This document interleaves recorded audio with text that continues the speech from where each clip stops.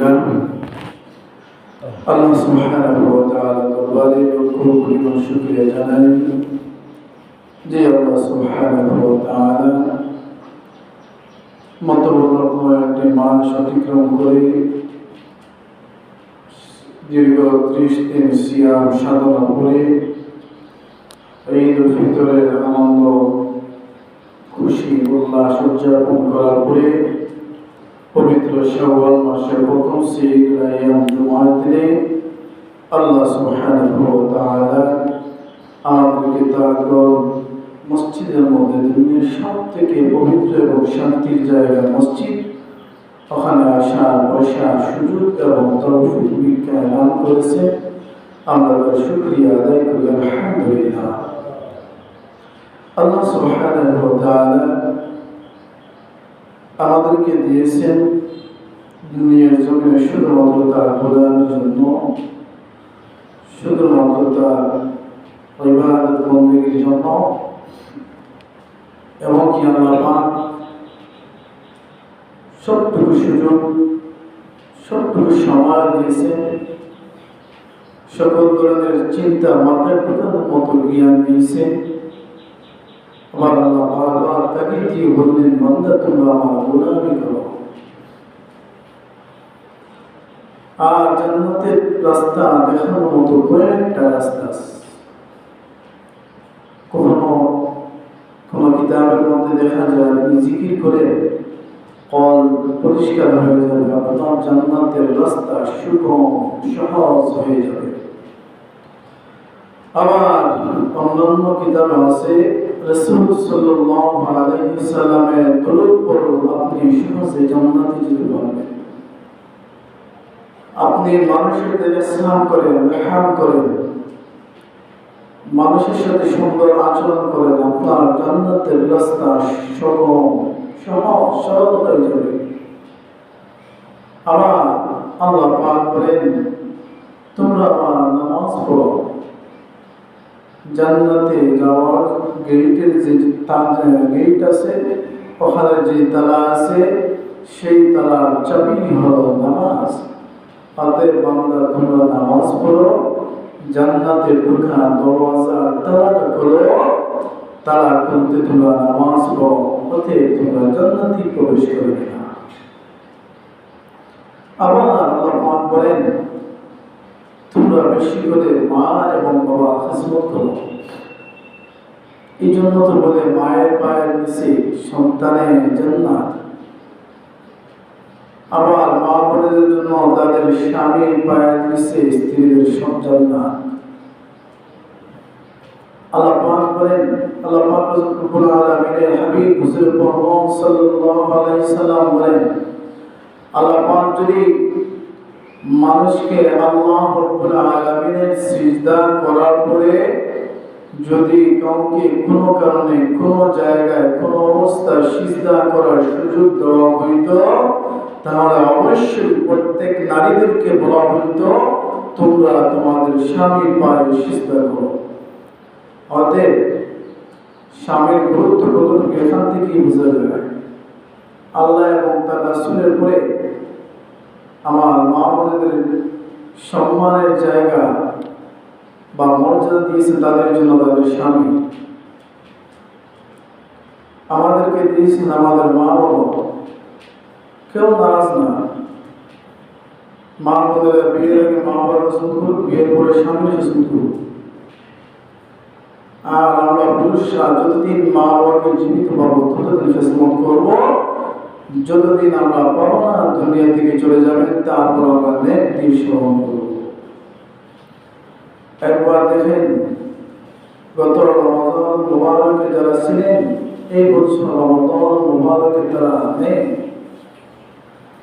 গত বছর যারা পবিত্র ঈদ উল ফিতরের নামাজ পড়ছিল, আবার এই এলাকার একজন, আবার চোখের দেখা একজন মানুষ কুরবানির ভাগ নাই, ঈদ উল ফিতরের নামাজ আমাদের সাথে পড়লেন, কিন্তু ঈদ উল আযহা আমাদের সাথে পড়ার সুযোগ হচ্ছিল না। এইভাবে হয়তো আপনার আমার জন্য সেই সুযোগ থাকবো না। হয়তো আপনার আমার দুনিয়ার হায়াত শেষ হয়ে যাবে। সময় থাকতে সময়টাকে কাজে লাগাতে হবে।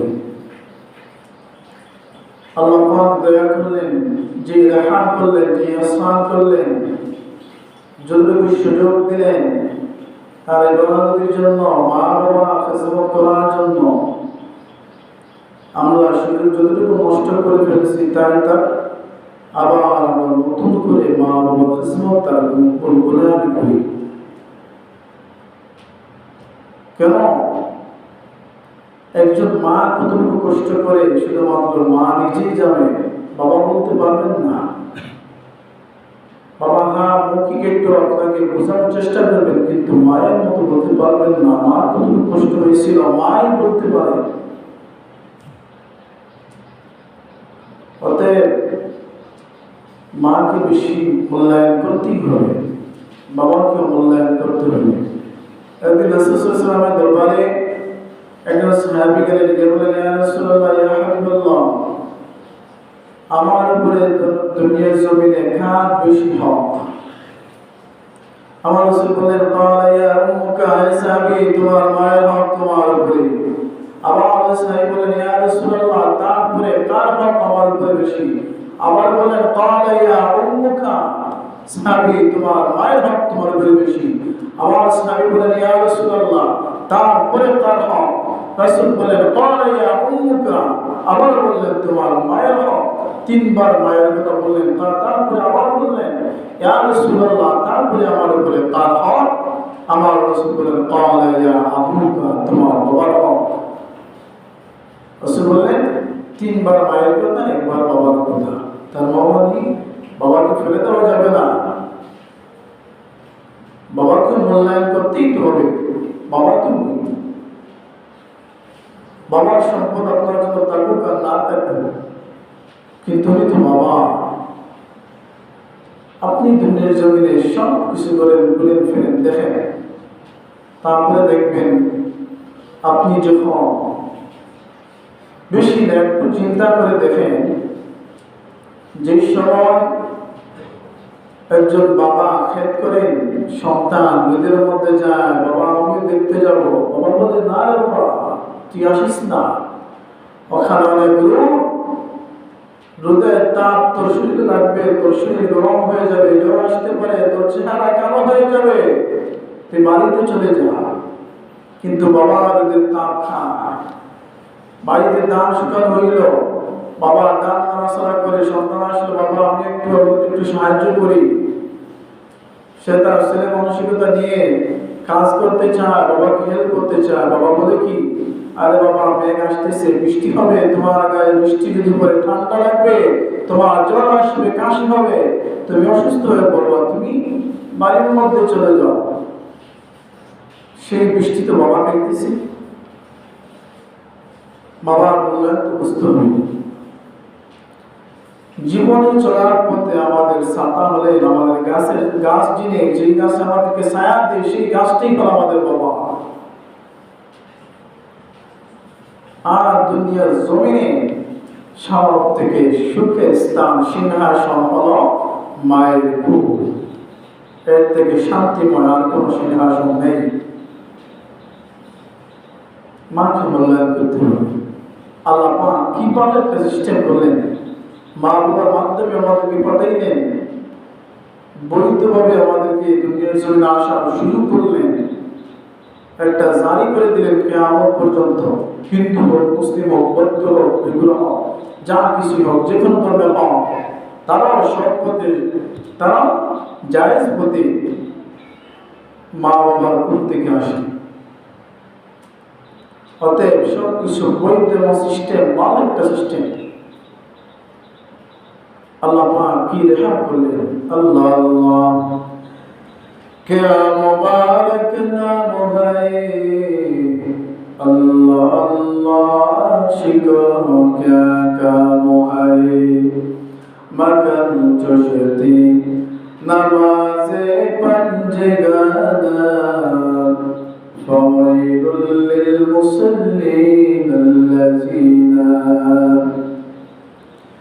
अल्लाह पाक रब्बुल आलमीन আমাদেরকে মা বাবার মাধ্যমে দুনিয়ার জমিনে দিলেন। কুরআনুল কারীমের মধ্যে বলেন وَقَضَى رَبُّكَ أَلَّا تَعْبُدُوا إِلَّا إِيَّاهُ وَبِالْوَالِدَيْنِ إِحْسَانًا إِمَّا يَبْلُغَنَّ عِندَكَ الْكِبَرَ أَحَدُهُمَا أَوْ كِلَاهُمَا فَلَا تقل لهما أف ولا تنهرهما وقل لهما قولا كريما الله رب العالمين وقضى ربك ألا تعبدوا إلا إياه وبالوالدين إحسانا আল্লাহ পাক বলেন বান্দা তোমরা আমি মুনিবের গোলামি করো লিয়াবুদু ইল্লা ইয়া আমি আল্লাহর গোলামি করো ওয়াবিল ওয়ালিদাইনি ইহসানা ও সন্তানেরা ও আওলাদেরা তোমরা তোমাদের মা বাবার প্রতি ihsan করো সুন্দর আচরণ করো এমনকি إما يبلغن عندك الكبر أحدهما أو كلاهما فلا تقل لهما أف ولا تنهرهما তোমরা মায়ের বাবার সাথে এমন কোনো কথা বলো না এমন কোনো কাজ করো না এমন আচরণ এমন ব্যবহার করো না যেটার জন্য মা এবং বাবা কষ্ট পেয়ে দুঃখ পেয়ে উফ শব্দটা বলে ফেলে উফ শব্দটা তো আমরা বুঝি যেমন কেউ যদি আমাদেরকে মন্দ কথা বলে গালি দেয় আমরা বলি হায় হায় উফ মানুষটা কি বলবো তার জন্য আমি কি না করলাম আমার আজ মানুষটা আমার সাথে কি করবো এই যে একটা আমরা আফসোস করি ঠিক সেইভাবে এমন কোনো কথা এমন কোনো কাজ এমন কোনো কর্ম যে আমরা করি আর মা বাবা কষ্ট পেয়ে উফ শব্দটুকু বলে ফেলে তোমার দুনিয়ার জীবনটা বেকার হয়ে যাবে জীবনে যা কামাই করলেন কামাই হলো টাকা না যত নামাজ পড়লেন রোজা করলেন হজ করলেন সব এক মিনিট সেই ফেরেশ অতএব উফ শব্দ বলার সুযোগ দেওয়া যাবে না সম্মান দিতে হবে মা বাবার সাথে সদাচরণ করতে হবে এখনকার সময়ে বর্তমান সময়ে দেখা যায় সন্তান বিয়ের পরে মা বলে যায় বাবা বলে যায় মা বাবার প্রতি সম্মান কমে যায় একের ভালোবাসার কথা বলতে যাইয়া একের সম্মান দিতে যাইয়া অন্য মানুষের সম্মান নষ্ট করে ফেলি কেমনে দেখেন 1,00,000 মতান্তরে 2,24,000 নবী এবং রাসূল দুনিয়ার জমিনে আসলেন হয়তো আমরা যতই মানুষ আসিয়া নিয়ে কেরামরা আসেন তাদের কাউকে কোনো নবীর সাথে তুলনা দেওয়া যাবে না আর যত নবী রাসূলগণ আছেন নবী আদম সফুল্লাহ থেকে ঈসা রুহুল্লাহ পর্যন্ত এই সব নবী থেকে কোনো নবীকে আমার রাসূলের সাথে তুলনা দেওয়া যাবে না আর যদি কেউ আমার রাসূলের সাথে তুলনা দেয় তা ঈমান সাথে সাথে চলে যাবে আর যদি আমার রাসূলের যুগ নবীগণ মানুষগণের থেকে রাসূলের মর্যাদা উত্তম আর আমার রাসূলের তুলনা আল্লাহর সাথে কখনো মিলবে না কেউ যদি আল্লাহর সাথে তুলনা করে দেয় সেটা সরাসরি শিরক হয়ে যাবে ঠিক তেমনি যদি আপনার স্ত্রী ভালো হয় সুন্দর হয় ভালো ব্যবহার করে আপনাকে ভালো সম্মান দেয় আর মাকে গিয়ে বলেন মা ভালো একটা ডানা কাটা পরে দিলেন আমার স্ত্রী এতই ভালো তুমি মায়ের থেকে আমার স্ত্রী অনেক ভালো যদি এমনটা বলে ফেলেন তাহলে তো শেষ মায়ের মনে কষ্ট চলে আসলো তুমি মাকে তো সম্মান দিলে না মা থেকে স্ত্রী ভালো হয়ে গেল সম্মান কি দিলা বিবেক কাজে লাগান একবার বিবেক কি জানে না আপনি তো যদি বাবা হয়ে থাকেন আর যদি মা বাবার মনে একবার জাল্লা পরিমাণ কষ্ট দিয়ে থাকেন, তাহলে একবার আপনি অনুভব করুন আপনার সন্তানটা যদি আপনার সাথে এমনটা করে বা করবে তো তাহলে আপনার কেমন লাগতো? তখন আপনি অবশ্যই বুঝতে পারতেন কষ্ট কেমন। বেশি দিন আগের কথা না, মাত্র কয়েক বছর আগে কথা, খুলনার একটি ঘটনা। একজন মা বৃদ্ধা মহিলা ছেলে সবসময় বাইরে কাজ কর্ম করে, স্ত্রী তেমন একটা ভালো না। একদিন ছেলেটা বাড়ির মধ্যে বড় মাছ নিয়ে আসলো। স্ত্রীকে বললো, মাছটা তুমি ভালো করে রান্না করবা, মাছের মাথাটা কিন্তু আমি খাবো। মা কথাটা শুনে নেয়, স্ত্রীকে বলে গেল। স্ত্রী রান্না করলো, মাছটা ভালো করে রান্না করলো, মাথা স্বামীর জন্য রাখলো। খাবার বসা হইল, শাশুড়িকে খাবার দেওয়া হইল। এখন দেখা যায় মাকে মাছের পিস দেওয়া হইল। মা ডাক দিয়ে বলল, বৌমা আজকে কেন জানি না আমার অনেক ইচ্ছা হইতেছে, আজকে মাছের মাথাটা আমি খাবো। স্ত্রী বলল, এই মাছের মাথা আমার স্বামী খাবে, আপনার ছেলে খাবে, আপনাকে দেওয়া যাবে না। এই কথা বলে সঙ্গে সঙ্গে মায়ের প্লেট থেকে মাছ নিয়ে গেল। তারপরে মাছ থেকে মাছের হাড় গুলো ফেলে দিল, শুধুমাত্র কাঁটা গুলা মায়ের প্লেটের মধ্যে দিল। মা খাবারটা কোনো রকম একটুখানি খাইল, মুখ দিয়ে দেখা যায় না। এমন একটা অসম্মানজনক পাইয়া মা খাইতে পারে না। রাত্রিবেলায় ঘুমিয়ে গেল। ছেলে যখন রাত গভীর হলো, ছেলেটা বাড়িতে চলে আসলো। আসার পরে খাবার খাইল, মাছের মাথাও খাইল। এখন ছেলেটা বাড়িতে আসার পরে স্ত্রী ভালোভাবে তার স্বামীকে বলল, তোমার মা এমন আচরণ করলো, তোমার মা এমন করলো। ভালোভাবে স্বামীকে উস্কাইয়ে দিল। আর সন্তানটা না বুঝে মায়ের গায়ের মধ্যে একটা লাথি মেরে দিল। নাউজুবিল্লাহ। লাঠি খাইয়ে সঙ্গে সঙ্গে মায়ের অপমান হয়ে নিজের জ্ঞানহানি হার্ট অ্যাটাক করে মারা গেলেন। মা যখন মারা গেলেন, কবরস্থানে যাওয়া হইল, কবরের মধ্যে দাফন করা হবে। কবরের মধ্যে যখন রাখা হয়, এখন দেখা যায় সন্তান কবরের মধ্যে ঢুকলো, মাকে লাশ বিছাবে সন্তান। এটা তো ভালো কথা। সন্তান যখন লাশটা রাখবে, পাশের সালে বিছাইতেছে, হঠাৎ করে উঠে যাবে। এখন দেখা যায় মায়ের সাথে সন্তানের পা জোড়া লেগে গেছে। ফুল পা, যে পা দিয়ে লাথি মারছিল, সেই পা আটকা পড়ে গেল, খবর থেকে উঠতে পারে না। যত মানুষ ছিল সবাই টানাটানি করে, কেউ তো তুলতে পারে না। এত মানুষের শক্তি একত্রিত করেও ওই মানুষটাকে ওখান থেকে উঠাইতে পারে না। এমন ভাবে এটা লাগলো, এমন দেখা যায় যদি চাইতে হয় মায়ের একটা হাত কাটতে হবে। শহীদের কোনো মানুষ মানে না, বলে না মূল থেকে আঘাত করে যাবে না। আর যদি আনতে হয় একটা পা কেটে আনতে হবে। এখন বলে না আমার পা কাটাও যাবে না। এখন কি করা যায়? এখন সবাই বললো, ঠিক আছে আমাকে গুলি করে মেরে ফেলো।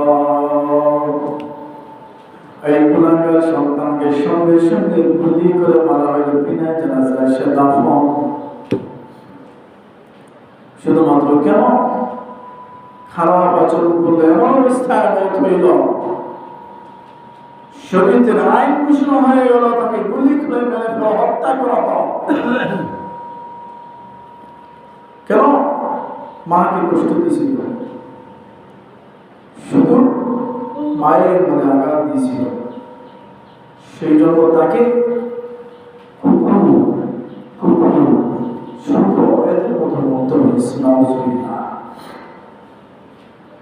অতএব মাকে সম্মান দিয়ে দেখবেন আল্লাহ পাক আপনার সম্মান বাড়িয়ে দিবেন।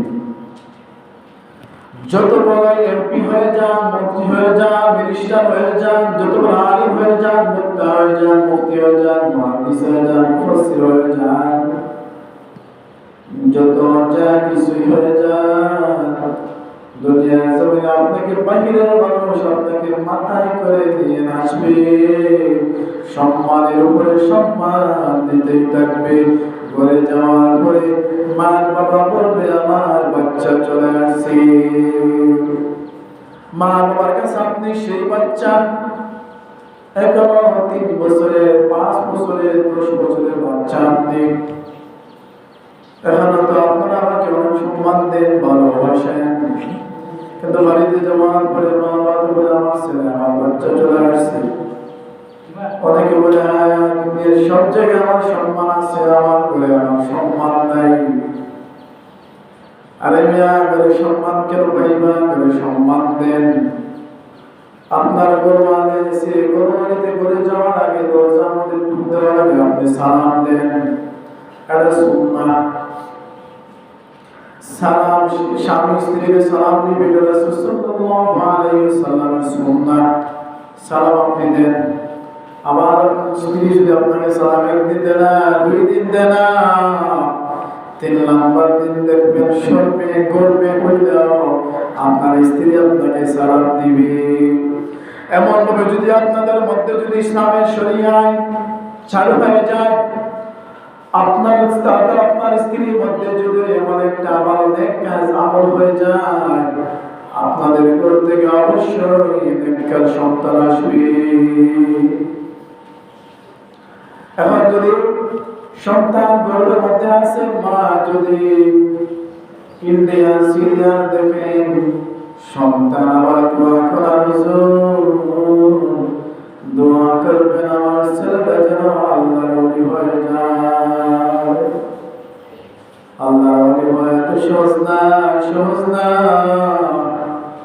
যদি সন্তান আল্লাহর ওলি বানাইতে হয়, আব্দুল কাদের জিলানীর মা ফাতেমার জীবনী পড়েন, জীবনী তালাশ করেন।